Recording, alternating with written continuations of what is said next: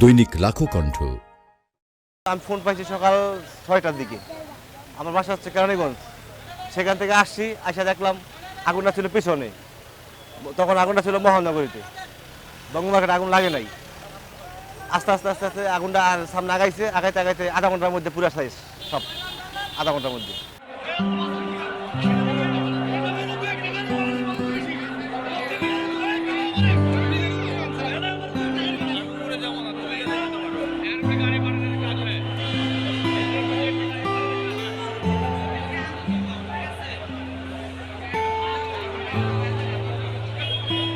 এটা ভাই আমি এখন দেখি নাই, সচক্ষে দেখি নাই। অনেকভাবে আগুন লাগতে পারে, কেউ লাগাইতে পারে পরিক্রমাভাবে, সিগারেট থেকে লাগতে পারে, শর্ট সার্কিট থেকে লাগতে পারে।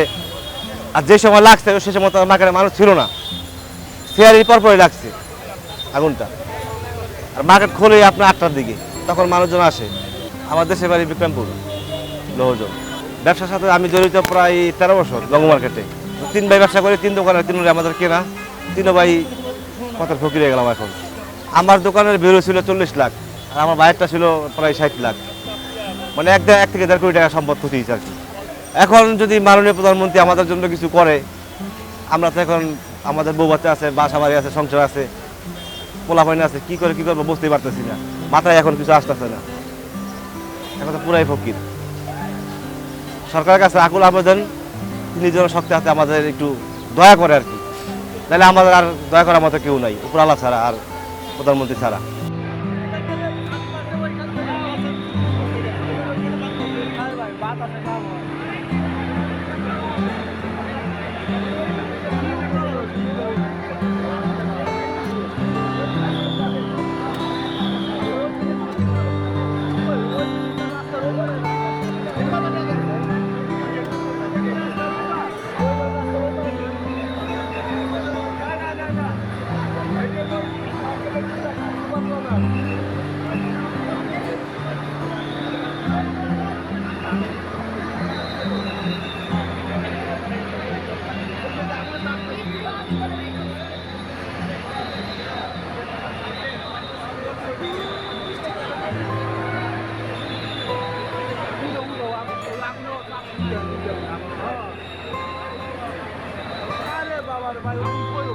রাস্তার ওই পার হয়ে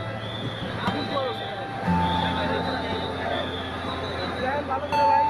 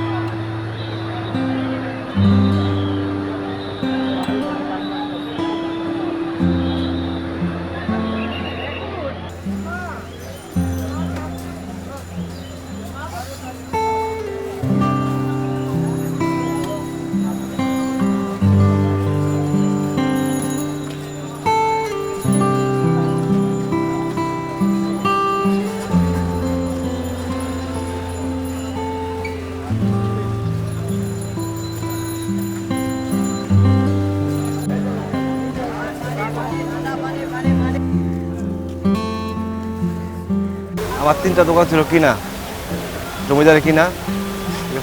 মতিদিনের দোকান শেষ করে ছাই, মাল ছিল, ক্যাশে টাকা ছিল, কিছু বের করতে পারিনি। প্রতি 3টা দোকানে প্রায় 1,30,00,000 টাকা জমিদার ভাবে কিনা আর কি। লোন আছে, হালত আছে, সবই আছে, নিজেরও আছে। আমার এখানে 3টা দোকান তো 6 জন শ্রমিক কাজ করতো। আমি সবার এখন নিঃস্ব, এখন কি করব আমি বুঝতে পারতেছি না। উপর আল্লাহ আছে, নিচে আমরা আছি, দেখি আল্লাহ কি করে, এই আর কোনো আশা নেই।